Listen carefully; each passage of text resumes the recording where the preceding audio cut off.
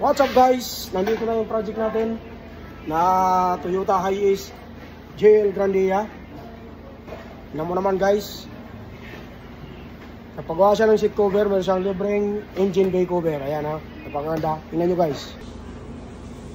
Yan guys, yung libre natin na engine bay cover.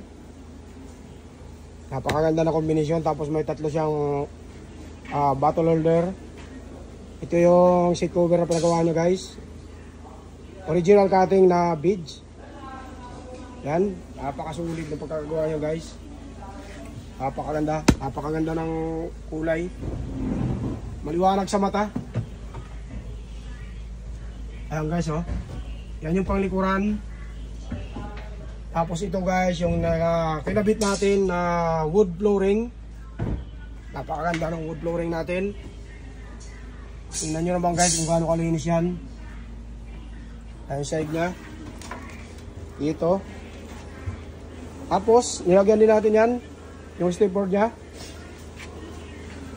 Ayan yung wood flooring natin dito sa harapan. Napakasulit yan guys.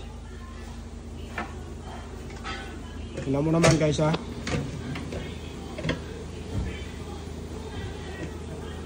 Tapos, dito sa likod, check natin.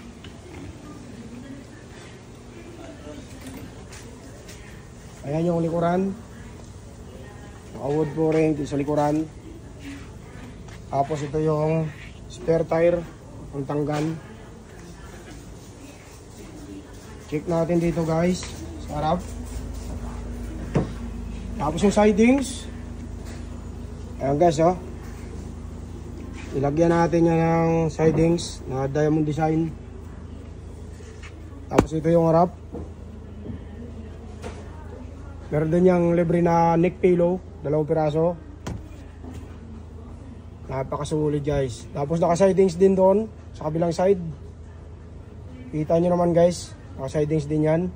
Check natin naman sa kabilang side. Guys, ito yung passenger side na sidings. Ano?